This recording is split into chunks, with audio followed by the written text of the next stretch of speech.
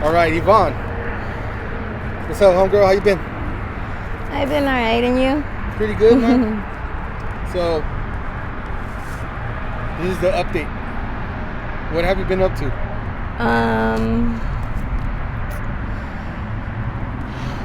Sad to say, but the same, nothing new.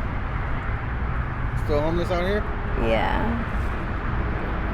You do have somewhere to go, right? To stay? Yeah. If you wanted to? Like I have a, really, really, good family. I came from a good place, Yeah. Both of my parents are still alive.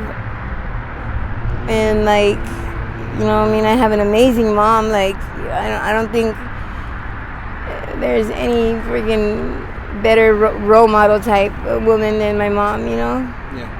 And my mom, who has my daughter now. I have one kid, one baby. She's 15. 15. How's she doing? Yeah,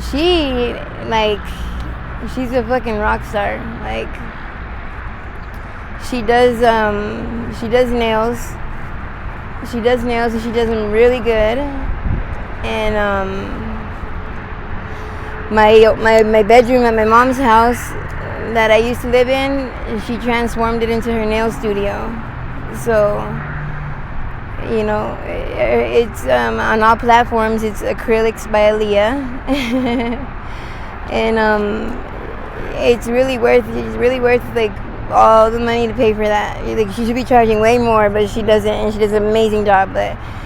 But yeah, she's 15 and she makes her money. She goes to school and she makes her money. She's already making money. And she's already got that mind state, she's already, yeah. I'm so proud of her. She's fucking doing it, dude. I can't even explain it. And to think, out of all the I've done, all the dumbass I've done, everything, that was one thing I did right, And it sucks because being out here in the streets, I'm away from her, I'm away from her, and it's hard to explain to her that I would rather be there with her, because of course I'm well, if you would rather be here, then why aren't you, I literally think about her all day and night. She's my best friend. Does she try to get you to come back home? To stay there? Oh yeah. And she tells me stuff she tells me stuff when they're taking me home, I tell them to drive down 6 so I can see my mom. Took in that.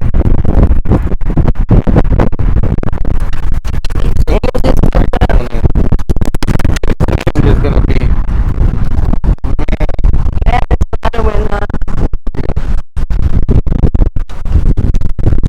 For some reason, every time I start interviewing, the wind always starts acting up. Damn, dude.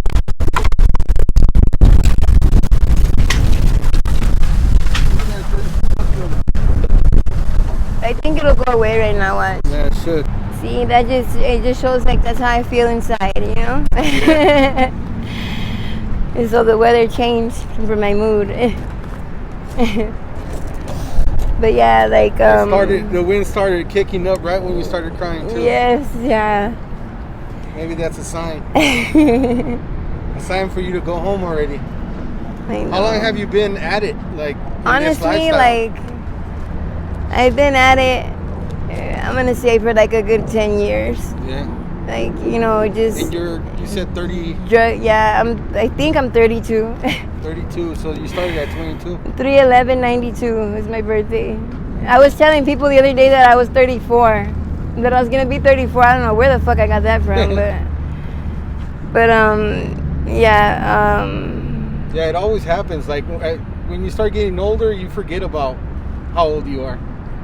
Like me, I'm just I'm already 40. I'm gonna stop counting from now on. You know. I remember being a kid and being like in my teens and being all happy because of my birthday. It's like I've never been this old before, so I don't know. Yeah. But yeah, like that's just one thing like I want to make clear, you know, as far as that goes with my baby. Like all she does is make me proud, and I feel like I don't deserve her, you know, like.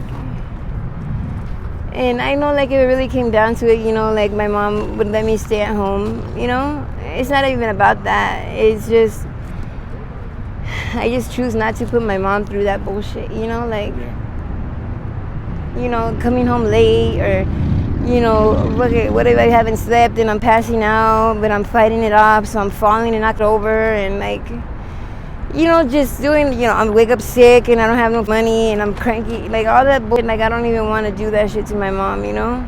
Yeah. Like I really had to stop and think about it, and I was like, you know, would I much rather, you know, pull my daughter through all the moments, or would I rather her say that, you know, my mom wasn't there, you know? Yeah. And I feel like it would probably be better on our relationship for her not to say that she wasn't there, rather than, you know, my birthday party by fucking, you know, doing that. I'm not saying like that's what I would do, but you never know, you know? The inevitable kicks in and then, you know, it happens, you know? When you're not doing good with your life, like, your blessings come short. But once you do start doing good, it's like automatically, like, blessings just start raining on you. Do you plan to stop? Like, the want is totally there. Like, it is so there. Like, I'm so there.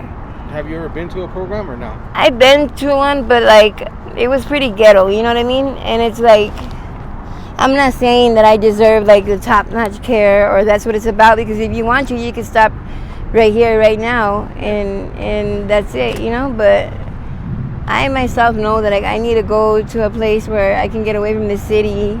Even Phoenix also, I wouldn't even go and get treatment in Phoenix, because I know Phoenix is probably worse. You can walk outside of the fucking door and get, you know, whatever it is that you're looking for right there. And the next thing you know, I'm going to be in Phoenix fucking running around, you know? So I don't want to go there, but I would rather go to like a little city somewhere here in Arizona. Yeah. You know, like, my dad took me to Kingman one time, and it's like really green there, right? Yeah. Yeah. I think they're in a higher elevation, so it gets a little fresher out there. That was like, that would be like a perfect place right there, because like it's like so small. And but then again, you have a lot of people that say Kingman is like the tweaker capital of Arizona. You know. Wow. When I've been there, I seen like one or two homeless people, but not many. Well, you get my drift, you know what I'm saying? Like, I want to go somewhere where, you know what I mean? I can't just go to the Circle K down the street and, you know, but regardless, like I said, you could get clean right here, right now. It's all about what you want, you know what I mean? But, like, it's for me specifically, like, I know that that's what I need. I need to retrain myself, like, on how to be a normal person again, you know? Yeah. It's been a lot of days of living not normal, you know? A lot of days where you don't even go to sleep, you know? I gotta retrain myself to be a normal human being, you know? Like, to go to sleep at night and get rest at nighttime and wake up at a reasonable hour and get your shit done that you need to get done during the day and be on time to things, you know? Like,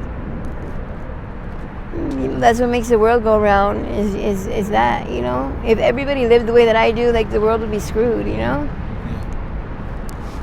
But like, I really need to retrain myself, and I want that more than anything.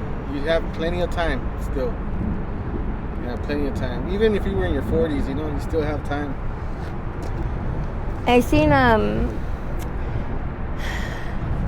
know you don't have all the time in the world, but I used to be a dancer for like a couple months, you know, back in the day, and fucking I met this Asian guy, and he would wear a suit every time he would go in there. He would never get danced or anything. He would just sit at the bar and just want to talk, you know?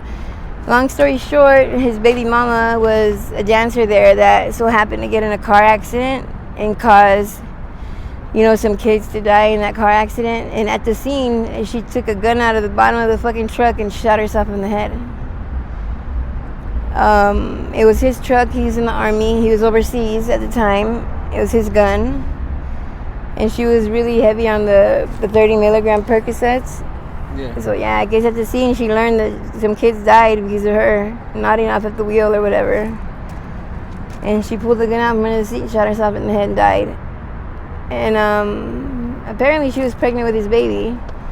So they sent him home, whatever. He was really distraught over the whole situation. He had no closure or anything. So he ended up looking up, somebody ended up referring him to this lady named Lainey Granado. And she's like a psychic empath lady over here, down by the Cardinal Valencia. I looked her up on Facebook, and she fucking had a lot, hundreds of reviews, and none of them said nothing bad about her. She was the real deal. So I called, made an appointment with her, waited about a month. But the day came, everything was right. I had enough money to see her. It was $50 an hour. And in that meeting, I went in there and I was like, I'm going to be a fucking closed book. It's not going to be Pee-wee's Big Adventure, when he goes looking for his bike. And he sees the psychic lady and she's looking through his wallet and getting clues, the Alamo, no, you're not going to do that to me. So I went in there like a closed book and I was like, if the lady's the real deal, she's going to tell me what's up, And I had my Aunt Laura, who passed away when I was a teenager. She was like a second mom to me, and she was deaf, my mom's sister. And I guess she was able to get in touch with her on the other side or whatever. She was there or whatever. But she told me, that lady told me that my aunt told her that it's going to get really, really hard. A lot of things are going to happen, and it's going to get really hard and all this shit, but no matter what, she's like, I'm going to make it out. You will. That's what she can tell me. I'm going to make it out no matter how much I might think I won't. No matter what, just always to keep that in my mind that I'm going to make it out. I'm going to get the strength and I'm going to make it out. And I'm going to make it out in time, to live a good life, to where all of this shit just won't even matter, you know what I mean? Like how it matters now, And that's what I believe in my heart. I don't know how, I don't know when, I don't know none of that, but I just know that I'm gonna make it out, and I believe that.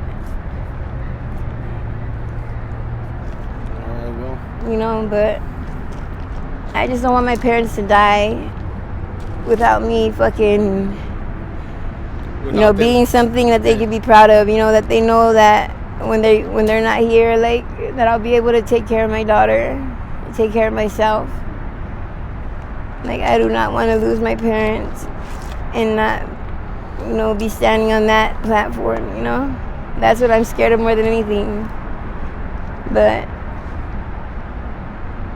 I need to hurry the fuck up and do this shit. I just don't know how. I don't know where to start. It's fucking hard. But, I overdosed a month ago. And, when I overdosed for the third time in my whole life, I couldn't help but to think this could have been it, this could have been it. This could have been the last time I opened my eyes. And what did I leave? What did I leave behind for my parents? What was the last moments that they talked to me? What did that could have been it. All right, Yvonne. Well, thank you fucking crazy. For the update. I appreciate it. Are you okay if I post it up on my YouTube channel? Yeah. If anybody wants to reach out to you with any sort of help or donations, where can they reach you? Do you have an email, Cash App, anything like that? I have a Facebook. It's up to you can always hit me up on Facebook. It's under Yvonne Tapia. Okay. Yvonne. Tapia is my last name, Tapia. And yeah, I mean, if anybody, you know, like wants to talk or whatever, like I had a guy come up to me recently telling me that like he's been sober for a year, and like watching these videos like really like help him, you know. And that's when it really dawned on me that like maybe these videos actually might be a good thing, rather than just a place for people to fucking call me fat and ugly. And you were telling me you were disappointed by the comments, huh? Yeah, but it's all right. I mean, people are gonna say whatever, you know. But like I told you, that's probably a 500-pound person commenting on the other side of the I'm gonna say like Tyra Banks screen. When they made fun of her in the bathing suit. She's like, "Kiss my fat ass." Exactly. Yeah, some people, they just like to hate for no reason. I'm beautiful on the inside, and I know that for sure. You know, so like nobody can take that from me. Exactly. It's a blessing and it's a curse, but some people like to put others down so they can make themselves feel better. It makes it me like an open book to like be used by people, you know, because that's kind of what happens out here. Yeah. But it's all gonna mean something one day, you know what I mean? All of it's gonna be something important, you know? Yeah. I just gotta figure it all out. But thank you, you know, for letting me, you know, tell a little bit about myself. You know, I could talk all day about all kinds of shit, you know? Yeah. But I guess there'll be a time and place for that. Yeah. But yeah, thank you. And, you know, thank you for the people who do, you know, watch and actually listen to what we have to say. You know, we're not all shitty people. There's mostly crappy people out here, but you know, there's really good people that I have met out here, and you know, I'm sorry for the shit that innocent people around town have had to witness. You know what I mean? The way that, you know, people live their lives out here, you know, it's not fair for the kids and stuff, you know. But you know, thank you to those who understand and, you know, bring us food and water and all that good stuff. Like, they're all appreciated 100%. But yeah, Yvonne. thank you. Appreciate you.